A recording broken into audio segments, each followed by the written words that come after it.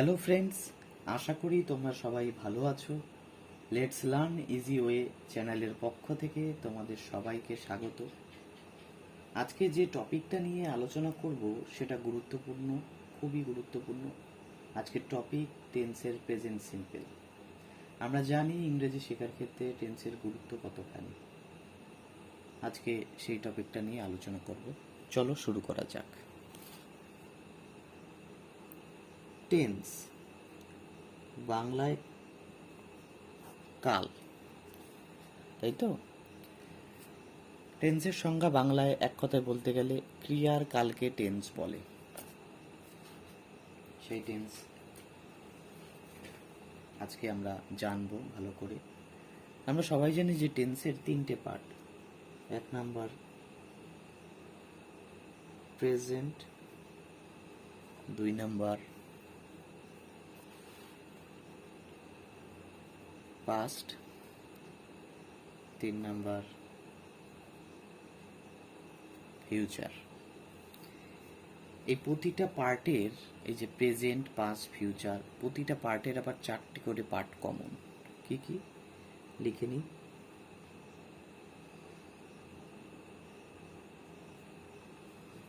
Indefinite বা simple, continuous,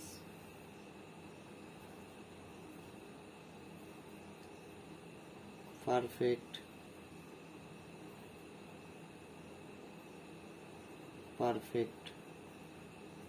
continuous. এই যে চারটে আছে, এই প্রতিটা টেন্সের ক্ষেত্রেই এই চারটে পার্ট কমন।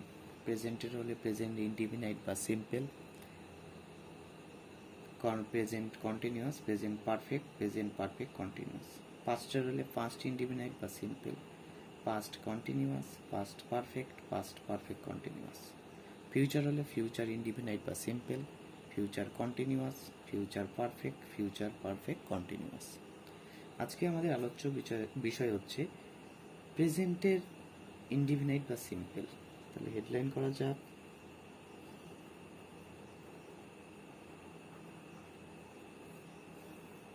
প্রেজেন্ট সিম্পল বলে হেডলাইন করলাম। প্রেজেন্ট সিম্পলের সংজ্ঞা কি সেটা একটু বলে দিই। প্রেজেন্ট সিম্পল হলো বর্তমানের সাধারণ কোনো ঘটনা, অভ্যাসগত কোনো ঘটনা, ঐতিহাসিক কোনো ঘটনা প্রভৃতি বোঝানোর জন্য প্রেজেন্ট সিম্পল টেন্স ইউজ হয়। তাছাড়াও আসন্ন কোনো ঘটনা, ঐতিহাসিক কোনো ঘটনার জীবন্ত বিবরণী, এছাড়া অনুভব, আবেগ প্রভৃতি বোঝাতেও প্রেজেন্ট সিম্পল টেন্স ব্যবহার হয়। প্রেজেন্ট সিম্পল টেন্সের নিয়মটা কি? প্রেজেন্ট সিম্পল টেন্সের সেন্টেন্স তৈরি করার স্ট্রাকচারটা হচ্ছে সাবজেক্ট, ভার্বের এক নম্বর রূপ প্লাস এস বা ইএস প্লাস অবজেক্ট।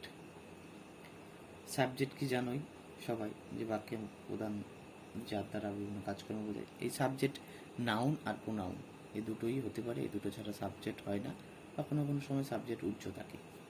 ঠিক আছে। আচ্ছা, ভার্বের সাথে এস বাই এস এই ব্যাপারটা একটু তোমাদের বলে দিই। সাবজেক্ট যদি থার্ড পারসন সিঙ্গুলার হয় তাহলে ভার্ব প্লাস এস বা ইএস। কর্তা যদি থার্ড পারসন সিঙ্গুলার হয় তাহলে ভার্বের সাথে এস বা ইএস হয়। মানে সাবজেক্ট থার্ড পারসন সিঙ্গুলার বলতে, কারো নাম বোঝালো বা নামের পরিবর্তে প্রোনাউন হতে পারে, সেটা হচ্ছে সাবজেক্ট থার্ড পারসন সিঙ্গুলার, বা ইট হতে পারে। ঠিক আছে তো? চলো শুরু করা যাক। কিছু ট্রান্সলেশন আমরা করব প্রেজেন্ট সিম্পলের উপর। প্রথমে আমরা করব অ্যাফার্মেটিভের উপর।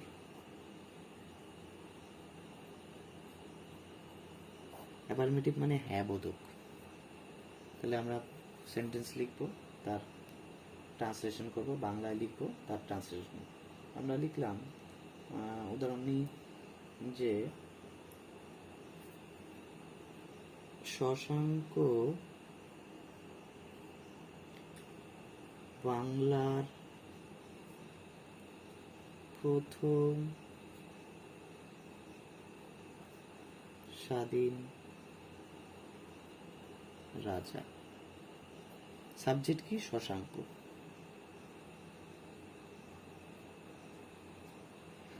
ভালো করে লক্ষ্য করো, এই সেন্টেন্সে শশাঙ্ক বাংলার প্রথম স্বাধীন রাজা, ভার্ব নেই। তা আমি এই বাক্যটা প্রথমে নেওয়ার কারণ হচ্ছে, আমি একটু বলে দিই আর একটু। প্রেজেন্ট সিম্পল টেন্সে যদি ভার্ব না থাকে বাক্যের মধ্যে, তাহলে আমরা এম বা ইজ বা আর সাবজেক্ট অনুযায়ী ব্যবহার করতে পারি। এখানে সেই ব্যবহারটাই হবে। এর জন্য প্রেজেন্ট সিম্পলে এম ইজ আর ব্যবহার হয় ভার্ব না থাকলে। তাহলে সাবজেক্ট কি? শশাঙ্ক। তাহলে ইজ হবে, Shashanka is the first independent king of Bengal. হলো আমাদের। আর উদাহরণ নিয়ে নিই। 2 নম্বর উদাহরণ নিলাম।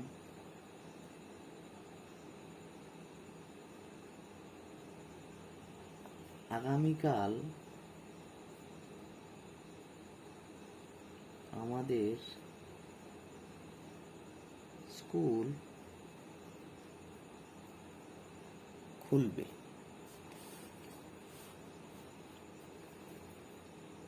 তাহলে সাবজেক্ট কি এখানে? আমাদের স্কুল, তাই তো? তাহলে আওয়ার স্কুল। ভার্ব কি? খুলবে। তাহলে ওপেন, এর সাথে কি যাবে? এস যাবে, কারণ আওয়ার স্কুল, আওয়ার স্কুল, আমাদের স্কুল, এটা হচ্ছে সাবজেক্ট। তাহলে এর সাথে যাবে এস। আওয়ার স্কুল ওপেন্স কবে? Next day. 3 নাম্বার নিলাম। সে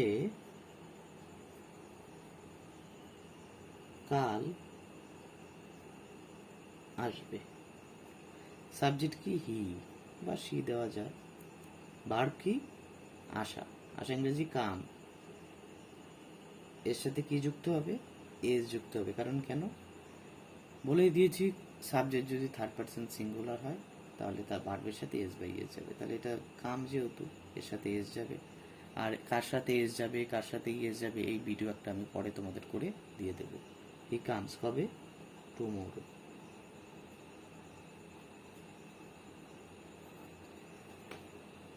4 নাম্বার উদাহরণ।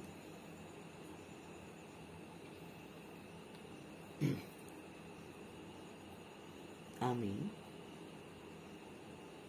অসুস্থ বোধ করছি। সাবজেক্ট কি? আই। ভার্ব কি? বোধ করছি, তাই তো? তাহলে ফিল, তুমি তো বলতে পারো যে বোধ করছি, তাহলে প্রেজেন্ট কন্টিনিউয়াস হয়ে গেলো না। এই ফিলের সাথে কখনো আইএনজি যায় না। এমন কিছু কিছু ভার্ব আছে যেগুলোর সাথে আইএনজি যায় না, সেগুলো আমরা এক এক করে অন্যান্য ভিডিওতে আলোচনা করব। এই চ্যানেলে আমরা তোমাদের সমস্ত ধরনের গ্রামারের যে বিষয়গুলো আছে সেগুলো নিয়ে আলোচনা করব, যা তোমাদের খুবই সাহায্যকারী হবে। তাহলে আই ফিল, এর সাথে এস যাবেই না, কারণ সাবজেক্ট আই আছে, প্রথম পার্সন আছে। আই ফিল অসুস্থ, তাই তো? তাহলে আন ওয়েল হলো। 5 নাম্বার,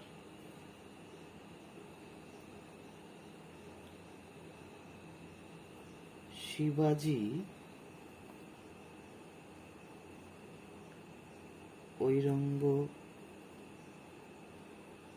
ঔরঙ্গজেবের বন্দি দশা থেকে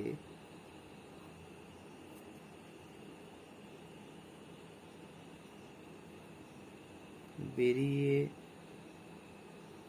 আসতে ফন্দি আটেন। শিবাজি ঔরঙ্গজেবের বন্দি দশা থেকে বেরিয়ে আসতে ফন্দি আটেন। এখানে সাবজেক্ট কি? সাবজেক্ট শিবাজি। এখানে বন্দি আটেন মানে ওই প্লে আর ট্রিক, মানে একটু চালাকি করেন, ঠিক আছে। বন্দি আটেন মানে তাহলে play a trick, sorry plays হবে কারণ শিবাজি third person singular, play a trick to come out of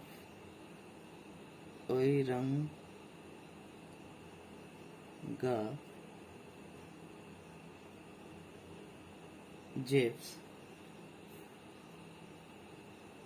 confinement.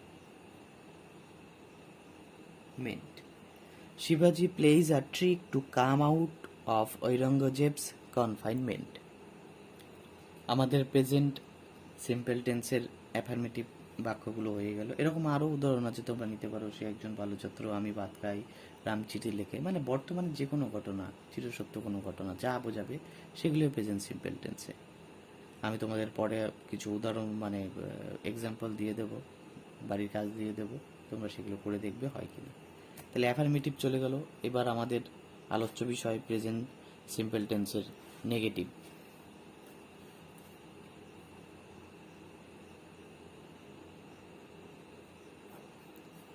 Negative sentence. Negative সেন্টেন্সের নিয়মটা একটু বলে দিই। সাবজেক্ট ডু বা ডাজ নট, ভার্বের 1 নম্বর রূপ প্লাস অবজেক্ট। এই ডু বা ডাজ নটটা ওই একই। যদি কর্তা থার্ড পার্সন সিঙ্গুলার হয় মানে সাবজেক্ট, তাহলে ডাজ যাবে, আর না হলে বাদবাকির ক্ষেত্রে ডু যাবে, ঠিক আছে। চলো শুরু করা যাক। প্রথম বাক্যটা নিলাম, আমি রাতে কাজ করি না। তাহলে কি নিলাম, আমি রাতে কাজ করি না, সাবজেক্ট কি আই। তাহলে কি যাবে, ডু নট না ডাজ নট, বলে দিয়েছি কর্তা থার্ড পার্সন সিঙ্গুলার হলেই ডাজ নট যাবে, এটা তো থার্ড পার্সন সিঙ্গুলার না আই, তাহলে কি যাবে ডু নট। এবার ভার্ব কি কাজ, তার মানে কি work, I do not work at night. পরে নেই রাম গোলমাল করে না, সাবজেক্ট কি রাম, তাহলে রাম থার্ড পার্সন সিঙ্গুলার অবশ্যই, তাহলে কি যাবে does not, Ram does not make noise. 3 number নিয়ে নিই, কাজটা তাড়াতাড়ি করো না।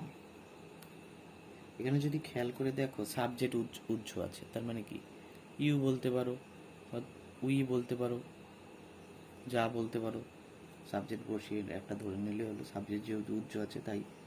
তাহলে সাবজেক্ট যদি আমরা ইউ ধরি, তুমি কাজটা তাড়াতাড়ি করো না, তাহলে কি হবে ডু নট হবে।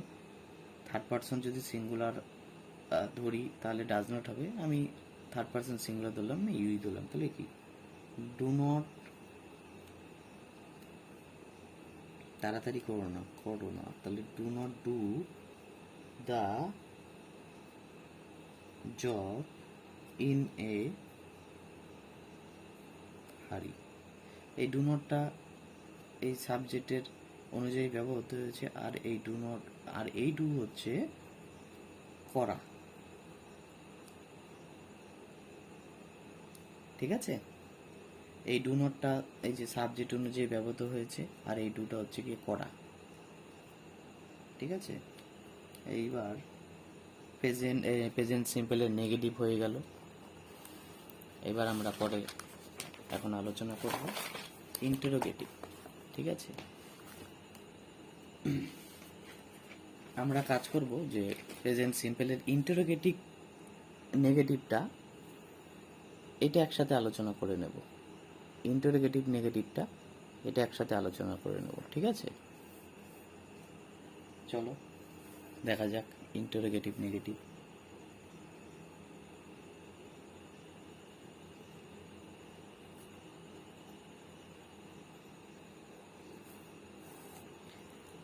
আমি আলাদা ইন্টারোগেটিভটা আলাদা করতে পারতাম, কিন্তু আলাদা করিনি। তার কারণ হচ্ছে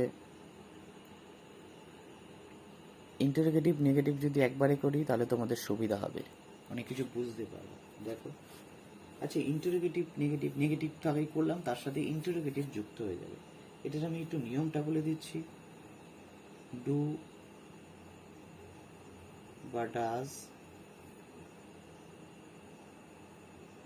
তারপরে subject plus verb plus object, শেষে প্রশ্নবোধক চিহ্ন। এটা ইন্টারোগেটিভের ক্ষেত্রে, প্রেজেন্ট সিম্পলের ইন্টারোগেটিভের ক্ষেত্রে এই নিয়মটা যায়। এবার যদি তুমি ইন্টারোগেটিভ নেগেটিভ করে দাও তাহলে ডু বা ডাজ নট ইউজ করতে হবে, আবার তারপরে সাবজেক্ট ভার্ব অবজেক্ট। কিন্তু যখন ইন্টারোগেটিভ নেগেটিভ একসাথে হয়ে যাবে তখন কোনো কোনো ক্ষেত্রে দেখা যাচ্ছে যদি নাউন থাকে, এই পার্টটুকু বলে দিই ভালো করে শোনো, যদি নাউন থাকে নটটা নাউনের আগে হবে, আর যদি প্রোনাউন থাকে নটটা প্রোনাউনের পরে হবে। তার মানে কি, তাহলে কোনো সেন্টেন্সে প্রোনাউন আছে তাহলে সেই সেন্টেন্সে ডু প্রোনাউন নট হবে, আর তাহলে কোনো সেন্টেন্সে নাউন আছে তাহলে ডাজ নট তারপরে নাউন হবে। এই বিষয়টা কিন্তু খেয়াল রাখবে। যদি নাউন থাকে ইন্টারোগেটিভ নেগেটিভে তাহলে নটটা কি হবে, নাউনের আগে হবে, আর যদি নাউন না থাকে প্রোনাউন থাকে তাহলে নটটা প্রোনাউনের পরে হবে। চলো আমরা উদাহরণ দেখে নিই, তাহলে বুঝতে পারবে। 1 নম্বর উদাহরণ লিখছি, আমি কি সেখানে যাই না। আমি কি সেখানে যাই না, তাহলে এখানে সাবজেক্ট কি বলো তো ভালো করে, আই, তাহলে কি যাবে, ডু। আচ্ছা, আই কি নাউন না প্রোনাউন? প্রোনাউন, তাহলে আমি বলেই দিয়েছি যদি আই প্রোনাউন হয় তাহলে নটটা কি হবে, এই প্রোনাউনের পরে হবে, তাহলে ডু আই নট। ভার্ব কি, যাওয়া, গো, কোথায়, সেখানে, দেয়া। বুঝতে পারলে? আমি যেহেতু এটা ইন্টারোগেটিভ নেগেটিভ একসাথে করছি তাই নটটা ইউজ করছি। আমি কি সেখানে যাই না, যদি আমি কি সেখানে, আমি যদি শুধু ইন্টারোগেটিভ করতাম কি হতো, আমি কি সেখানে যাই, তাহলে নটটা উঠে যেত, একই ডু আই গো দেয়া। আমি দুটো একসাথে করে দিয়েছি যাতে তোমাদের বুঝতে সুবিধা হয়, এর জন্য। চলো দ্বিতীয়টা, রাম কি তার ভাইকে ভালোবাসে না। সাবজেক্ট কি, রাম, তাই তো? তাহলে থার্ড পার্সন সিঙ্গুলার, তাহলে কি আসবে, ডাজ। এবার আমি বলেছি সাবজেক্ট যদি থার্ড পার্সন সিঙ্গুলার হয়, যদি নেগেটিভ থাকে, দেখো নেগেটিভ আছে, তাহলে নট কার পরে বসবে, নট নাউনের আগে বসবে, তাহলে do does not Ram. Verb কি, ভালোবাসা, does not Ram love his brother, হলো। 3 নাম্বার,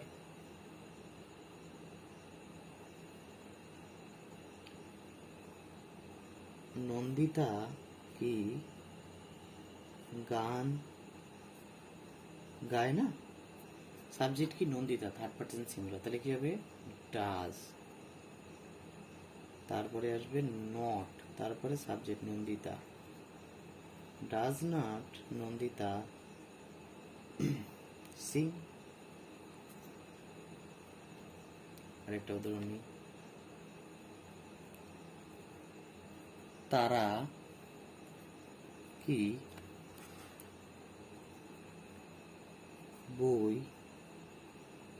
পড়ে না। সাবজেক্ট কি, তারা, মানে একের বেশি, তাহলে কি নেব, ডু, আর তারা, তার মানে এটা প্রোনাউন, তাই তো? তাহলে প্রোনাউন যদি আমি বলেই দিয়েছি নটটা প্রোনাউনের পরে বসবে, তাহলে ডু দে নট। ভার্ব কি, পড়া, তাহলে read, do they not read book, do they not read books, তাই তো? তাহলে বুঝতে পারলে আমি ইন্টারোগেটিভ নেগেটিভ একসাথে কেন করে দিয়েছি, তোমাদের সুবিধার জন্য। শুধু ইন্টারোগেটিভ করলে তাহলে আমাকে পরে আবার ইন্টারোগেটিভ নেগেটিভটা বোঝাতে হতো, তখন আবার আমাকে আলোচনা করতে হতো যে যদি নাউন থাকে কোনো সেন্টেন্সে, যদি সেটা ইন্টারোগেটিভ নেগেটিভ হয়, নাউন থাকে তাহলে নাউনটা অবশ্যই এই নাউনের আগে অবশ্যই নট হবে, আর যদি প্রোনাউন থাকে প্রোনাউনের পরে নট হবে। আমি একবারে করে দিলাম যাতে তোমাদের সুবিধা হয়। আর আজকে আমাদের এই চ্যানেলের এই প্রথম ভিডিওতে প্রেজেন্ট সিম্পল টেন্সের পার্ট পুরো কমপ্লিট করে দিলাম। আশা করি তোমাদের কাজে আসবে, তোমাদের বুঝতে সুবিধা হবে। তা চ্যানেলটি ভালো লাগলে অবশ্যই সাবস্ক্রাইব করো। কতক্ষণ লাগবে? 1 সেকেন্ড লাগবে, সাবস্ক্রাইব করো। 1 সেকেন্ড লাগবে সাবস্ক্রাইব করতে। বেল আইকন ক্লিক করে রাখবে যাতে সমস্ত নোটিফিকেশন তোমাদের কাছে যায়। সবাই ভালো থেকো, সুস্থ থেকো।